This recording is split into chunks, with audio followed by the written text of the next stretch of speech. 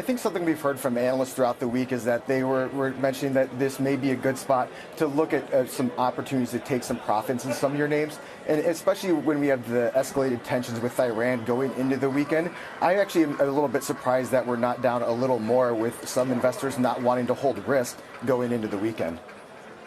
Yeah, escalated tensions with Iran, and then, of course, we've got the expectation of continued trade talks between the U.S. and China at the G-20 next week. How should investors be thinking about that?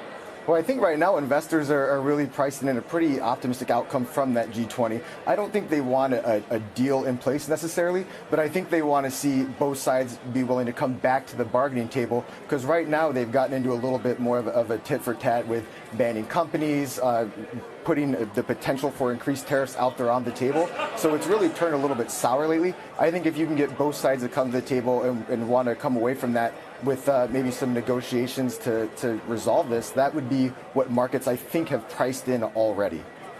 Shawn, the Middle East tensions you mentioned, how's that played out in both the oil prices, and what sort of equities is it pushing you towards?